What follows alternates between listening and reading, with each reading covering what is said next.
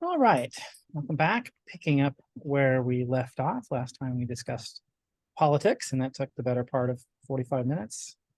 Um, Everything's going up on my YouTube channel, so be sure to check that out. Moving on, the next chapter is on setbacks, resilience, and composure. So I like to hire adults. And you might say, well, duh, because child labor laws, but that's not what I mean. I have a definition of what do I mean in the professional context of adult? Because I think we've all met people in offices that are, they have their skills and they have a function, but they're not necessarily adults. They behave in, immature ways. And I have sort of two simple tests for if someone is an adult in my definition in the workplace. One is basic. Do you think before you speak? And I know a lot of people that don't, not that many, but I think we've all encountered the types that just say whatever pops into their head. I was totally that person early in my career, and I'm pretty embarrassed to admit that, but it is what it is. And the other is, can you take a punch? And I don't mean a physical punch. I mean, can you take direct, unpleasant feedback? And not everybody can. And we've talked a little bit about feedback. Feedback is a gift and so on and so forth. If you're shutting yourself off from feedback, then you are stunting your growth. And so these are really foundational pieces to being in a position of leadership. You basically will not be given a leadership role if you don't meet at least those two criteria. I'm sure there are others, but this is really about, composure. So having said that, if you act like an adult, you're more likely to get treated like an adult. I mean, it seems obvious to say it out loud, but it's true. If you want to be put in a position of responsibility, you have to act like you can be trusted with that responsibility. And I look back on my first leadership role. Honestly, I'm not sure what Hugh Martin was thinking. Like, other than he could probably figure out how to coach me into being competent. And it certainly didn't come naturally. And I did not meet these two criteria when I was given my first role. It was sort of just good luck in some ways. And what people used to say about me in that first leadership role is like, well, the good news is if you're in a good mood, everybody knows. And the bad news is if you're in a bad mood, everybody knows. So that's not entirely bad. It's only about half bad. If you're in a good mood, it's fine that everybody knows it. But if you're in a bad mood, you better have the poker face. You better keep it to yourself, because that's an example of you're a force multiplier in a leadership role. Because if people are worried about, their manager being in a foul mood, if they don't know exactly why that is, they might worry about, are layoffs coming? What does that person know in, that's they're privy, what are they privy to that I am not? Is there anything that is going to affect my livelihood and my career? And of course, there's lots of reasons, you can be in a good mood or a bad mood at the office. Quite frankly, most of them are probably personal. But if you are in a bad mood, then it's not, it doesn't, it affects people that aren't just you, right?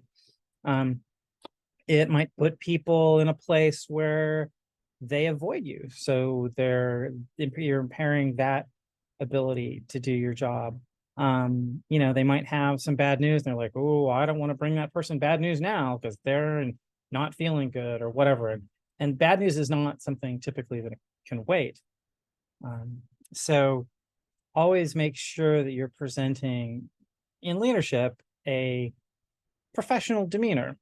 And the word professional can be abused just as well as it can be used properly. In some cases, people will use that like the right uses woke these days, which is basically a word that means anything I don't like. So professional, what does that mean? Well, I mean, we could go look back at all the different topics we've covered in this curriculum and like, oh, okay, this is what this would sort of go under professional and that wouldn't, whether it's the way you speak or your attire or, all that stuff. So, by and large, if you've got negative emotions going on, my rule of thumb is you better have a really good poker face, unless, you have some really good reason to, make an impression on someone. My boss at PacBio, when I was screwing up, if he thought that that was the only way to get through to me, he would intentionally sort of drop the mask a little bit because that was what he thought was going to be effective to someone that was as naive and not maybe the best listener in the world, as I was at that time in my life. So, and you should always be able to vent in your manager's office, right? Like it's okay to like have these feelings again. And if you need to talk to somebody at the office about being pissed off or sad or frustrated or whatever, you should have a safe space with your boss, and your boss should never hold that against you. And ideally, that's something that is that they make clear to you that sanctuary, the closed door office for say the one-on-one is a safe space where everybody can speak fairly freely. But outside of that, be real freaking careful. There's also sort of a difference between venting and commiserating. Like venting is you're talking typically about some situation or person that's not directly involved with the person you're talking to, right? So like it's one thing if everybody missed their bonus and you're sitting around in the dining hall with a bunch of your peers, right? And you can commiserating is okay if everybody's in the same boat and everybody's like, that sucks or whatever, right? But like using your peers is sort of like, this thing happened the other day and so is being shitty, and I'm like anything that reeks of edging into gossip or shit talking other people or whatever, unless you've got something very specific in mind you're trying to accomplish. And that sort of dotted line connects to politics. You can run smear campaigns on people, but those are risky. I mean, you have to really know what you're doing. You have to be subtle enough about it so that if you are talking, down on somebody, then the people that you're communicating this to know that it's not, with sort of that it's not goal directed. Because the moment like it smells goal directed, you're much more likely that whatever your secret plan is going to backfire. And like definitely don't bitch to other people outside of the context of commiserating, unless it's your boss. I call that toxic Johnny Appleseed, right? Like you're just going around saying, oh, this thing sucks or that person sucks or whatever. You're basically just propagating negativity, and it might make you feel better for a minute or two or five, but all you're doing is just propagating shit. And again, like it's not that you're not allowed to talk about stuff. You totally are. It's just about set and setting. You can talk about it to your boss. You can talk about it to your spouse. You can talk about it to your therapist. You can talk about it to people outside the company if they're going to be discreet. You can even have like maybe one or two people in the office who are your sort of office confidants, your office therapist or whatever. But again, if you're really thoughtful and careful about that stuff, and if you're gonna say things that you wouldn't want widely propagated, make sure there's a real clear understanding. Because if that person has any reason to come back at you or whatever, you're basically giving them evidence that you're a shit talker or not acting professionally, so they say.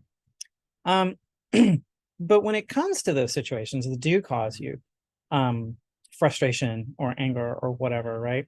A lot of times it'll be somebody else's mistake, or it might very well be your mistake. And in each case, there's opportunities to learn from any kind of setback, right? If it's other people's mistakes, even if it's causing you a world of hurt, you can notice where potentially that came from, whether it's, somebody's incompetence or just not paying attention, or it could be just bad process, bad procedure, what have you, right? It's always an opportunity to learn, but especially if you mess up. Um, nobody likes to make mistakes, not that I know of, but boy, are they valuable teachers. Like, you get a very, very, specific lesson. You should value that in the same way, that you value feedback. And it's also really important to own stuff, right? In an environment where you're worried about saving face or maintaining your political stature or whatever, there's a lot of, corporate cultures, or even, just smaller subsets of the org where, blame is to be avoided at all costs. And you can certainly engineer situations. My friend Venkat refers to them as heads I win, tails you lose, so that you can make gambles, place bets, or whatever, such that that even if the outcome is negative, it won't be your fault or whatever. But like, if it's clearly your fault, just own it. Like, there's really not that much to be gained from sort of evading responsibility on something, because it's highly likely that people above you in the org who are more experienced, potentially wiser, potentially smarter than you are going to spot it, right? They're going to be like, okay, yeah, so and so claims that this other person was responsible, what have you, but we know the truth. And certainly don't try to, if you're gonna try to weasel out on something, I don't even know like what a reasonable option would be. Like, blaming one of your direct reports, not unless you're planning on firing them and that they already have a terrible reputation. You might be able to slough a little something onto somebody that way, but I don't know, for me that doesn't feel good. Lessons are valuable. Like, learning is valuable. And when I do interviews, I talk about the time I almost got fired at PacBio. And sometimes that raises a little eyebrows. Oh, really? You're telling me about the time you really fucked up? And if that ever gets questioned in an interview cycle, I say, I'm telling you this because I want to show you the blast radius if I have never made a mistake anywhere near this topic again, because I learned my ding dang lesson. So, and like, this stuff isn't easy, right? Like, making mistakes and keeping your head up is hard. Feeling put upon or sad or angry, like, you don't have to do much self-regulation for the fun feelings, joy, excitement, or whatever. Although even those, you want to be thoughtful about how you present yourself. Like, if you get a raise or promotion or something, like, you don't want to make a huge deal out of it inside the company for because you don't want to create jealousy or envy or whatever. But by and large, emotional self-regulation is one of those sort of key traits to cultivate in a leadership role, right? It puts you in a place where you're able to respond to situations rather than react to situations.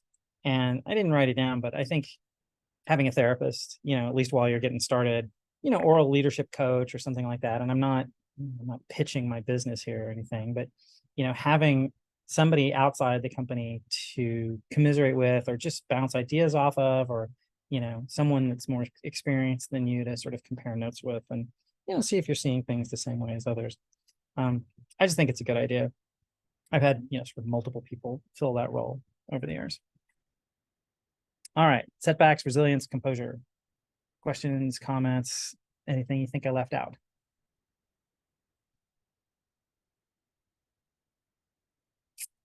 All right, carrying on then. So, pretty big jump here conceptually to the notion of growth curves. Growth curves are how I describe where people are in their career. And I think this is where like a diagram would be really helpful. And maybe I need a little picture, but when people start out in whatever role, they're presumably learning a lot, especially if they're fresh out of college or something and they have a bunch of basics, but no, real career experience or whatever. So what you're looking to assess is how fast is that person learning, right? So that's kind of the slope. And you want to develop a sense for sort of assessing everybody's slope because you're trying to maximize that slope. So there's the slope, and then there's sort of call it the maximum altitude, right? Everybody's going to start out learning something presumably more quickly, or maybe that there's like an initial sort of knee in the curve and then a bunch of things click and then it really takes off. But eventually everybody's going to sort of asymptotically approach whatever their limit is, right? No matter how much you train or you run or whatever, you're never going to beat, some maximum, or I should say minimum mile speed or maximum velocity that you can run for, 10 miles or a marathon or what have you. So when someone walks in the door for an interview, or someone comes into your organization, or you're just like keeping an eye on somebody that reports to you, you're trying to keep like a constant sense of like, are they climbing the learning curve? And if they are, like, is that reasonably steep? Or if they're like, pretty much capped out at whatever it is that they're doing, is that level sort of high enough to, justify their position at the company? Most times the answer is yes, but it'll certainly play into review times. And sometimes people never kind of get it enough to where, maybe 6 months or a year into their tenure, you're like, okay, well, I really thought that person was here, with some, growth curve remaining, that their sort of ceiling would continue to inch a little bit higher, but like, boy, am I not seeing that. And I'm not going to name any names, but I think we probably have all, met those people where like, gosh, they have the credentials, they have the experience or whatever, but they're just not, executing at a level that you would hope for or expect or really need in a given position, right? So you've got the rate of change, and then there's sort of the the likely ceiling, or in some cases, like someone's been doing the same job for 20 years or whatever, like wherever they are is wherever they are, and yeah, you hope that people continue to learn and develop or whatever, but realistically, when you've been doing the same thing for a long time, it's a lot of running in place to stand still. To the extent that you're still learning new stuff, it's because the business environment is changing, the technological environment is changing, there's some new language, there's new tool or whatever. And it doesn't necessarily mean you're becoming better. It means that you're replacing a certain set of skills, muscle memory, what have you, tooling, language expertise, or whatever, with another, right? So that can be, even with constant lifetime learning, kind of bumping along. At some point, you're just not going to be a better Python programmer than you are today. At some point, you're just not going to be a better system architect, or at least not, measurably so, or very difficult to perceive, whatever that difference is. And, keep in mind, of course, I say this a lot, all models are wrong. Some models are useful. I'm taking a very simplified approach here. And the thing is that people in their professional roles are on a lot of different growth curves, right? There might be the proficiency in a language growth curve. There might be the proficiency with the tooling, proficiency with architecture and system design and what have you. But making sure that you have like some decent idea of where people are on their curves is an important part of sort of managing their career. And you want to sort of, check in on people that seem like they're not making a ton of progress. Like, okay, do you need something new to keep it fresh? Like Seth was a pretty good example of that. Seth really, I think a lot of people have perceived this as well, that he had sort of capped out as an engineer, and actually he had kind of capped out as an engineer maybe 3 or 4 years ago, based on, sort of a lack of demonstrated interest in, continuing to keep up with sort of, what modern tooling and design and so on and so forth were. And that was an important revelation to him, that he wanted to get on a different growth curve. He wanted to get on the leadership growth curve because he was sort of like, okay, I'm capped out. And that was one of my original motivations for trying my hand at management as well, is that like, okay, I'm just not getting any better as a programmer. Like I still enjoy it and whatever, but like being on that slope is important to me. If I'm not like showing visible progress, then I get frustrated and I get bored and I tend to wander off to go find something that, I'm maybe not as good at, but I can get better and I can perceive that ramp in my own development. And I sure put myself on that curve when I switched over from engineer to manager, because my curve wasn't all that steep and my ceiling was completely unknown. How long it would take me to get there and whether or not I've even reached it yet is still open to debate. But the fact is that I still, have the good fortune to feel like I can approach things to some extent, maybe not with beginner's mind, but with that sort of humility that I know I'm not as good as this as I could be, and I still have room to improve in a way that's not just sort of running to stand still. So, when I say, your growth curve, I really mean growth curves, plural, and making sure that people are somewhere on, one or more curves, and like just having that sense, right, is going to tell you like, how much you're going to be able to, get out of them. But also, you're looking for ways to maximize these. Also, I don't know what I put, what ABC here is. And I'm irritated with myself. I'll have to go back and figure that out.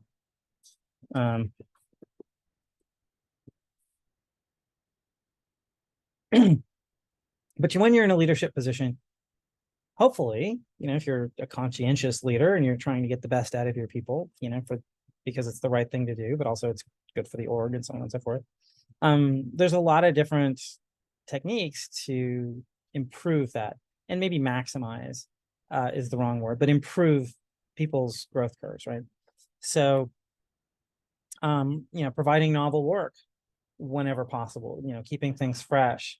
I think it's important to not over rely on someone like in whatever their current role is, because if you just ask them to do the same damn thing over and over and over again, they're going to get bored and wander off. Potentially they'll be ripe for being hired elsewhere. You get occasionally people that like have that one thing that they do really well, or that really narrow set of things, and they're just happy as can be, sort of tootling along in that level, but that's relatively less common. Pairing juniors and seniors is a good way to help people get ahead for a variety of reasons, and not just for the junior person. And oftentimes that a more senior person finds that they learn when they're having to articulate what it is they think they know or they do know to someone who is, the person they're pairing with. I'm hesitant to call them a student, but when you're pairing with someone of less seniority or skill or whatever the thing is, then it can stretch you a little bit to be able to communicate that clearly. And of course, teaching is its own skill, right? So even if the skill that's being developed by the mentor is just the skill of being a mentor, skill of teaching a particular set of skills, that's also a thing that's worth learning, that they can take into other contexts and teach other people. You've always got the possibility of training and continuing education. You can send people to conferences and trade shows and Coursera and all that thing. And again, some companies don't want to pay for that stuff. They're worried about, oh, well, if we make this person too good, then they're going to be too expensive. Or if we make them too knowledgeable, then they're going to ask for a promotion and we don't have room for that, and they're going to get mad and they're going to leave, or whatever it is. But I think that the risk in those cases is more than offset by the fact that people that get stagnated are less engaged, they're less interested, they tend to not keep up in ways that are important. So again, it's situational. You have to use these as sort of high level guidelines, but always be adapting them to your local circumstances. One thing we did a little bit at Lacuna was rotations, where people could go and hang out with another group, and you had to set that up. You had to set up some expectations, and you had to make sure that the group that they were going to sort of intern with had the bandwidth, and you had to make sure that the person that was going to go over there also had a little bit of flexibility in terms of their deliverables, that they would have a chance to work on something that wasn't necessarily square in the center of their expertise, but wasn't going to cause any schedules to slip or whatever. Incentives can be powerful. Now, I like people generally who are sort of internally motivated, but you can use this sort of um, the definition of a given job title or whatever. If you know somebody that is ambitious and they're really bucking for staff or whatever, and you say, well, in order to get to staff, you have to do this, that, and the other thing. Sometimes that'll motivate people to work. Setting expectations is also really helpful in terms of like, I'm expecting you to get better at your job every year to some degree, right? Like, this is not a place where you can sit and coast. This is not a retirement job. This is not Google. And being clear about that, gives people a framework to sort of reason about how they'll be measured, how that's going to come up at review time, at bonus time, or whatever that might be. Also like just know what people want, like really having a good model of the people that report to you, knowing their ambition level, like how much do you have to feed them, how aggressively, and how on your toes do you have to be to stay ahead of them. Anything that you're going to sort of directly teach hands-on, you better be able to articulate it well. Like, it's harder to teach a thing than it is to just like be good at a thing, generally. And having, again, the job descriptions is also really useful for that. So this gets used at review time, it gets used at interview time, it gets used at transfers, taking over a team, all that. These are the times when you're going to want to sit down and like think about people's growth curves and keep good notes in your your whatever document you do for sort of tracking individuals. All right, we went through that reasonably quickly. Questions, comments about growth curves?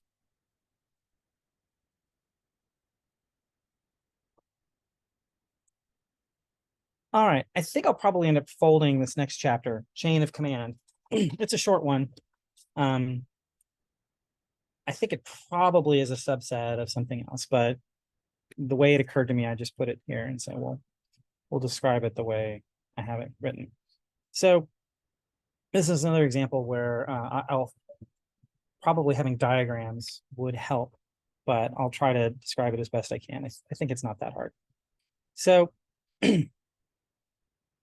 when you become a manager, one of the things that happens is that you've got a lot more surface area. You go from being a leaf node to being an interior node on the tree. Now, of course, you're a leaf node at first in the management chain, but you go from, basically having a boss and some peers that you work with and talk to or whatever, but you don't have any authority over them or whatever. Now you've got a bunch of people that are reporting to you. You've got your peers who are more likely to be in different skill sets and have different needs and asks and so on from you. And then you've got your boss. But the higher you go, the more likely it is you'll have to interface in a negotiation or getting your own needs met or whatever from other groups that have different priorities and have different skill sets, potentially different areas of expertise, right? The higher you go, the more you're going to be dealing probably with your colleagues in product, for example, or your colleagues in QA or DevOps or design or customer service or whatever. And these aren't just, other people, even in the engineering organization. And the more likely it is that you'll have contact with, regular contact, directors and VPs and all that stuff. Okay. Why is all that preview necessary? Well, the more sort of exposure you have to other parts of the organization, the more you might have somebody elsewhere in the organization that you need something from, or that you think is, screwing up, or, is not exhibiting professional behavior or whatever. And the question is, how do you deal with that? Well, by and large, I think it's important to stick to the chain of command. And when I talk about that, I mean that you're talking generally at 90-degree angles. So you can talk to your peers directly and try to influence them. You can talk to your boss directly and try to influence your boss. And you can directly influence the people that report to you.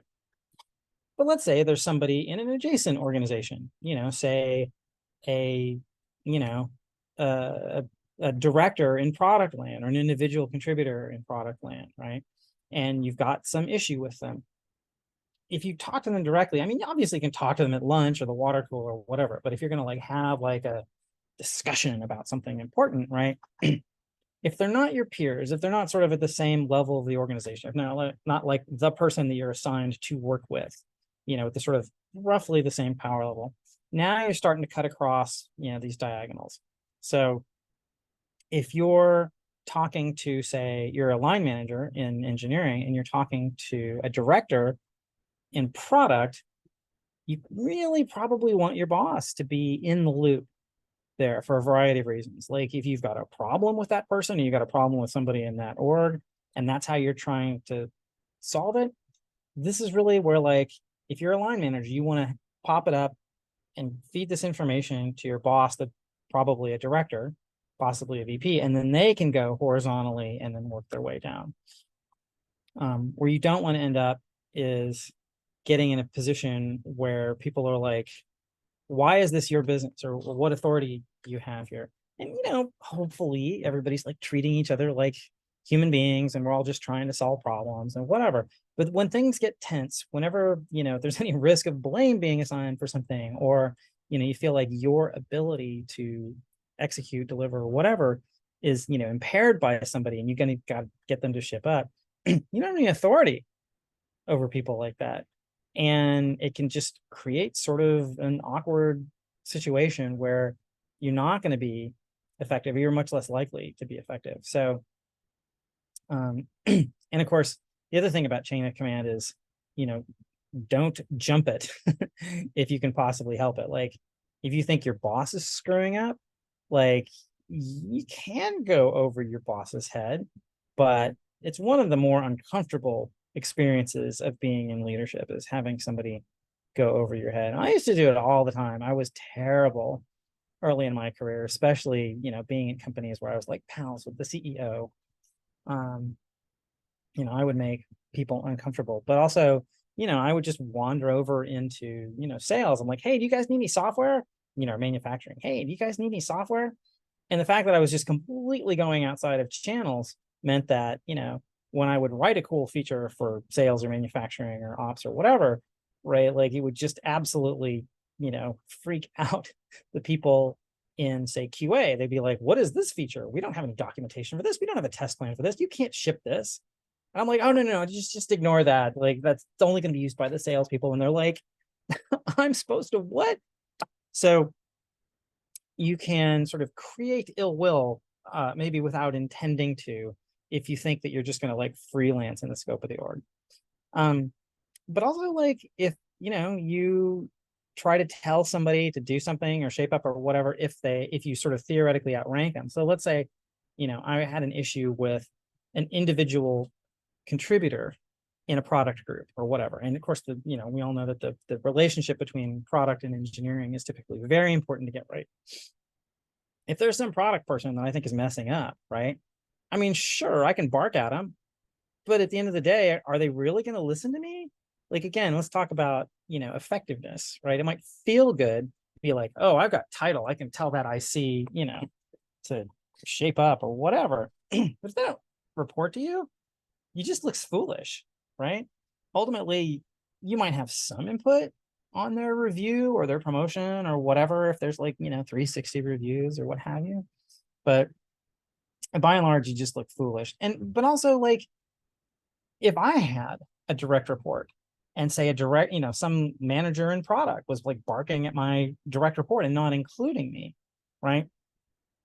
I feel like different types of discomfort. I feel, discomfort that, like, I didn't see this behavior and correct it myself. Okay, maybe that's unavoidable, but I should be, given the opportunity to correct my mistake, hopefully.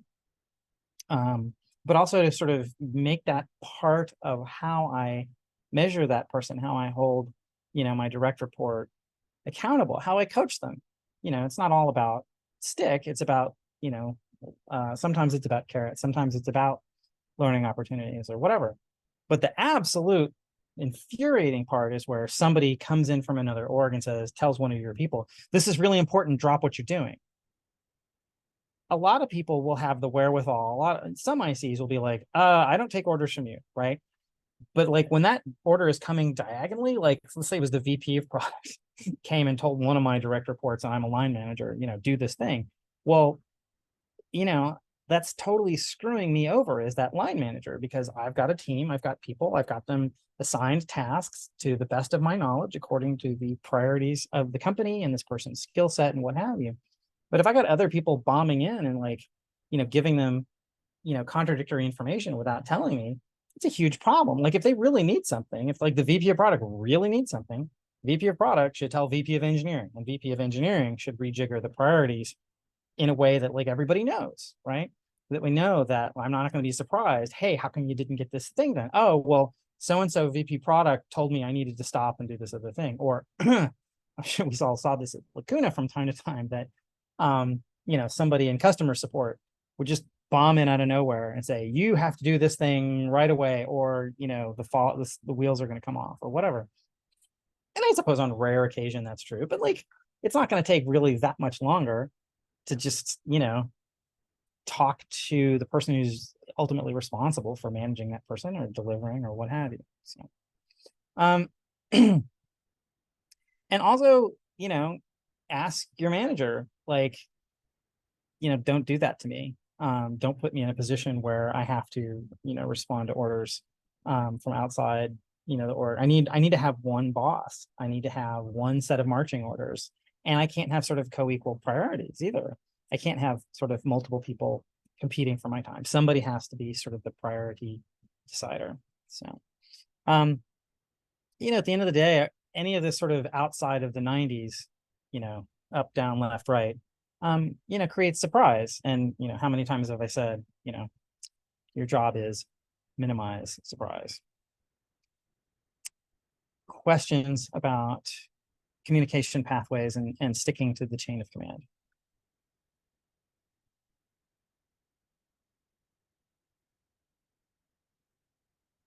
All right. This has been a pretty demanding class for me, and I can't exactly tell you why, but I'm running out of steam. I think I can limp through 46, and we can call it a day. All right. So this is the next section is called strong opinions weakly held.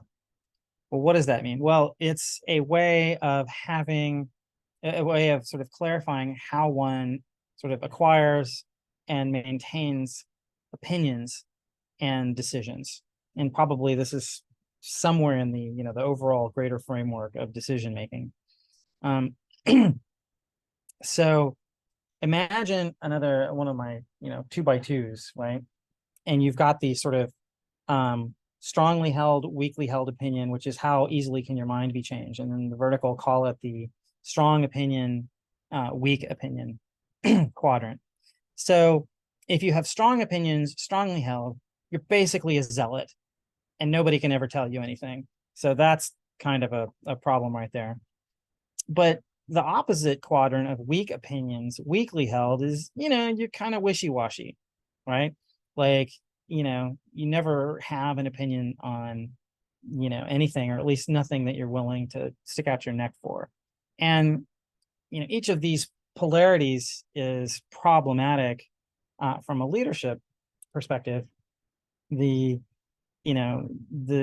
strong opinion, strongly held, means that you're never going to correct in all likelihood. You have beliefs that are unchallengeable, and that's one end.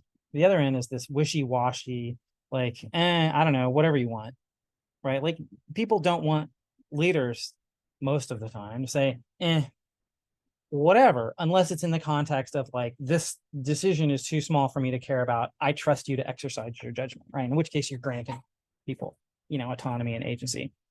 But I think generally leaders are paid to lead, which means we're going to do it this way, bias towards action. So that's where the strong opinions come in, right? If someone asks you a question about how a thing ought to be done or what the priorities or whatever are, you should have an answer, right? So that people aren't like sitting around wondering, or when they sit down to do a thing, and they don't really have any confidence that that's, the thing that they're doing is the most important thing. And part of their brain is like, is this really what I should be focusing on. What if I about this other stuff or whatever? Like, you give people peace of mind when you express an opinion with, some conviction and some firmness. On the other hand, you got to be willing to be wrong, and you got to be willing to adapt and learn and change, right? And that's the weakly held part of it. Like, if someone can convince you that you're doing it wrong, you should sort of snap from, your old strong opinion to your new strong opinion, right? There needs to be, sort of enough impetus to justify a change, and you should tell people, sort of what that change is. And the barrier has to be reasonably high. Like, you don't want to be like sort of bouncing from thing to thing, and you certainly don't want to be like going back on your decisions all that often. I mean, maybe once in a blue moon, but not very often, because then that instills a lack of like, well, is the answer still going to be the same answer tomorrow? I mean, most of the time, the answer needs to be the same so that people aren't constantly wondering, not recomputing, their, priorities, switching gears, things like that. And, then there's at times you're just going to get flat out overridden, right? And you might not sort of internally change your opinion on something, but you might get told point blank, possibly behind closed doors, this is how it is, right? And so sometimes you have to take whatever your strong opinion is and just put that on a shelf and say, well, if I ever am in a position to change the mind of the person who gets to decide these things, okay, I might try that. But like, basically at that point, like, okay, you're taking orders. And that's, sort of, this is adjacent to, sometimes, dissent and commit, right? You're not always going to agree with every single decision, but if you sit and just like dig in your heels, you're potentially putting the whole org's efficacy at risk. And, when you're making decisions or establishing policies or whatever, that sometimes it doesn't matter how good, the argument is or what your gut tells you or whatever. Sometimes decision making is really complex and multidimensional. Maybe not the most complicated example, but like consider tech debt, right? Like, I know tech debt kind of gives me a rash, and I like to build for long-term speed over short-term speed. But those are my sort of natural inclinations. And you can do things like, argue for hackathons and whatever. You can make your best case up the chain of command that we need to spend a certain amount of time on that. But again, you can't like lay down any sort of absolutes. You make your best case, you present that to, engineering leadership, whether it's just your boss or a number of other people at the, director and up level. And then once some sort of consensus is reached, you've got a party line and you're going to toe it. And like, even if it makes you kind of queasy, you're going to go and tell your people that this is how it is and be like, yeah, I know. I totally empathize. I totally understand where you're coming from. Don't ever give the impression, if you can help it, that like, you secretly agree with them, but oh, my hands are tied or whatever. Like, then you're kind of throwing the people up the chain of command or your peers or whoever made the decision, you're kind of throwing them under the bus. You're casting shade. Like, once like you've committed to something, like you kind of have to commit to it, sort of no matter what you might privately think. And this is where you can still complain to your boss, you can still complain to your spouse, you can still complain to your therapist, but you don't keep re-adjudicating it unless there's a really good reason to do so. Aspects of companies are complex, and you might not always have visibility into all the levels of complexity. You might have visibility into complexity that you are, for good reasons, not allowed to communicate to the rank and file. And I don't have like a really clear-cut example right here, right now, but I think, everybody's intuition is like, yep, sometimes you just don't know everything and you take orders. Again, as much as possible, I try to foster autonomy and agency. I try to give people as much information as I can and let them exercise their judgment. I think that the more information people have generally, the better decisions they're going to make than just, being obedient, ticket grinders. But again, you have to develop a sense of like, when is it time to just sort of trust your people to go and run with something versus, that what they're likely to do is at odds with your boss or your boss's boss or the CEO or whatever. So, you have to be thoughtful about these things. And there's no simple cookie cutter template for this stuff. And this is one of the things that makes management so hard. You're constantly having to exercise, judgment and, I mean, maybe for lack of a better word, taste. And it takes time to develop that, know when to hold them and know when to fold them. So, all right. Strong opinions, weakly held. Questions, comments? Yeah, I guess it's not a really well-formed question yet, but do you have any like strategies for knowing when to kind of like solicit more group decisions or group opinion feedback versus like when to make an executive decision? Because I noticed that like sometimes there'll be like one or two or three people that are like really opinionated about most things in the group. And then like it's kind of like pulling teeth to get feedback from other people who should care about opinions on these Yep. things. And other times like it can turn into a giant like time wasting exercise where it's like somebody just needs to make a decision. And I'm just curious like how you kind of determine which way to go with that. So this is where we get into the notion of reading the room, right? And really knowing the individuals in any group. And again, I'm talking about line manager stuff. So hopefully it's not more than 5 to 7 people that we're talking about in a given sort of logical grouping of folks. But you're absolutely right that there are people who tend to have strong opinions strongly held. And that's why I frame it this way. And of course, I stole this from someone that I really respect. When you have somebody that's being really stubborn like that, you can use this framework to help them sort of deconstruct their own thought processes, right? The best possible outcome is when you see it as a pattern, you sit them down and say, you're really harming your own career and the people around you by continuing to just latch on to things and, beat them into the ground. You're slowing down progress because you're not allowing concord to form. And, hopefully that's enough. If it's not enough, then you kind of have to ratchet it up and say, once you sort of sense a, consensus developing, it doesn't matter if somebody's like honked off. This is like, okay, I'm making a call and we're going to move on. And, this is where in the one-on-ones, you really talk to people about, okay, there's going to be a certain amount of dissent and commit. If you get overridden, right, no matter how strongly you feel, sometimes if I say you're going to do it because I said so, you're going to do it because I said so. And we can talk about the reasons behind closed doors, but not in front of the group, because we're not doing a therapy session for you in front of all your colleagues.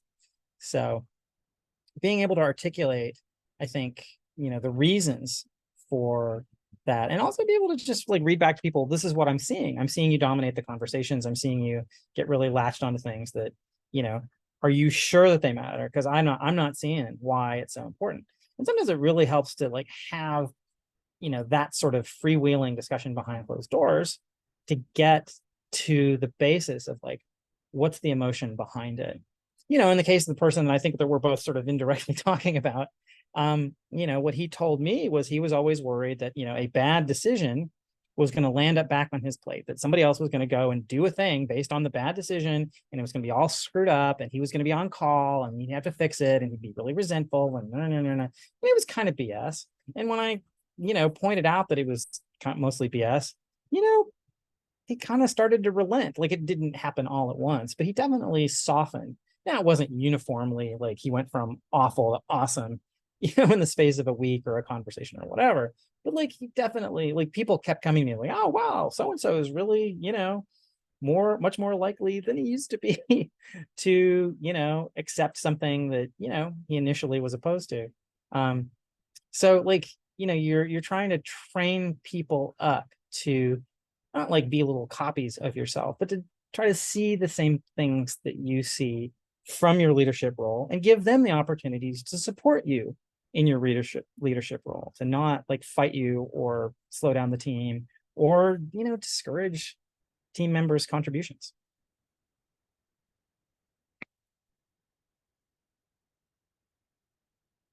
All right. Well, thanks everyone. I'm going to stop the recording here.